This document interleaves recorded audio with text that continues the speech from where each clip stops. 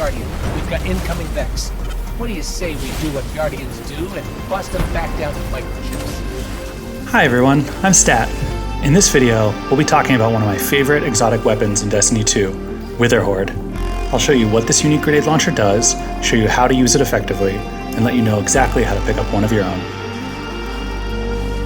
Witherhoard is an exotic grenade launcher that was introduced in Season of Arrivals.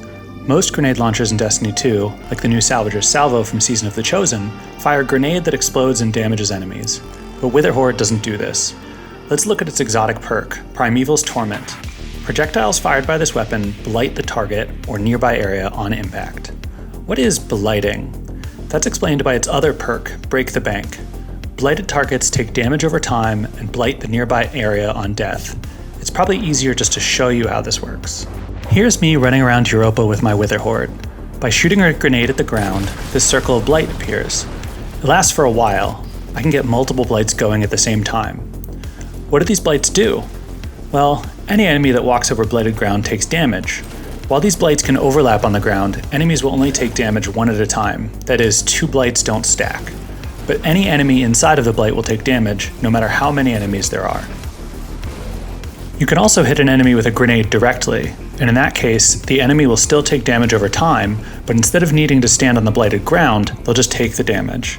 This is a trade-off. By hitting an enemy directly, you ensure that they take damage no matter where they move.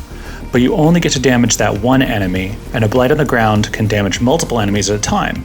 If they move though, they would move out of the blight and no longer take damage. Just like overlapping blights on the ground don't stack, if you hit the same enemy with 2 blighted grenades directly, you won't get twice the damage over time.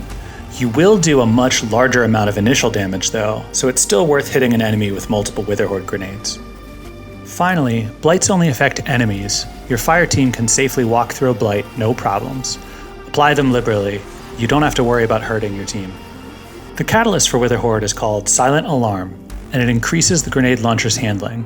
It has one other major perk though. Holstering this weapon automatically reloads it after a short period of time. This means that you never have to reload your Witherhoard manually, which is really nice because it's not a particularly quick weapon to reload. To make use of this perk, shoot your Witherhoard, swap to another weapon, and listen for the audio cue. Did you hear that? That's the sound of your Witherhoard reloading itself. Once you hear that sound, you can switch back to the Witherhoard, fire it again, and swap back to whatever gun you're using in the meantime. It takes a little while to get the hang of this, but it's really effective. When should you use Witherhoard? Well, this gun is really fun, and so one decent answer is whenever you feel like blighting some enemies. It's a good weapon, and you should use it. But given that it's an exotic weapon, it means that you can't just toss it on your character whenever you want, because that means that you can't use any other exotic weapons at the same time. There are currently 2 places in PVE where I think that Witherhoard is the best possible weapon to use. The first is the Descent encounter in the Deepstone Crypt. I often play the right-hand side in this encounter, and with Witherhoard, you can spawn trap the ads super effectively. It also works on the left-hand side, but is slightly harder to keep up constantly.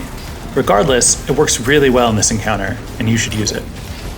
The second place is in the Prophecy dungeon. For both the first and final boss fights, when completing Prophecy by myself, I think Witherhoard is the bee's knees. Its area denial abilities are super good against all of the Taken, and its damage over time is fantastic against the Kell Echo.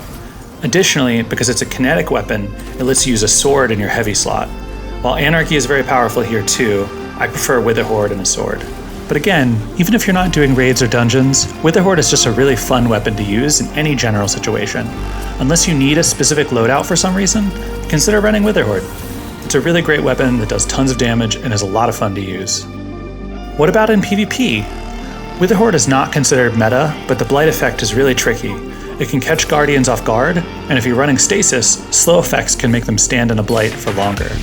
Additionally, game modes like Iron Banner or Control, where you have to stand on a point, are great for Witherhoard.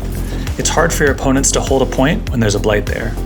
One con in PvP is that guardians can jump over the blight, and in PvE, a lot of enemies won't. That doesn't mean that forcing an opposing guardian up into the air isn't also a good thing for you, but it is something to consider. If you hit an opposing guardian with a blight grenade directly, it will kill them. It does a lot of damage. No matter what their resilience or recovery, they're going to die. This can lead to some really amusing trades. Also, if your enemies are using Witherhoard, the blights will appear in a slightly different color. This means that you can tell which ones are yours and are safe to stand in, and which ones are going to kill you.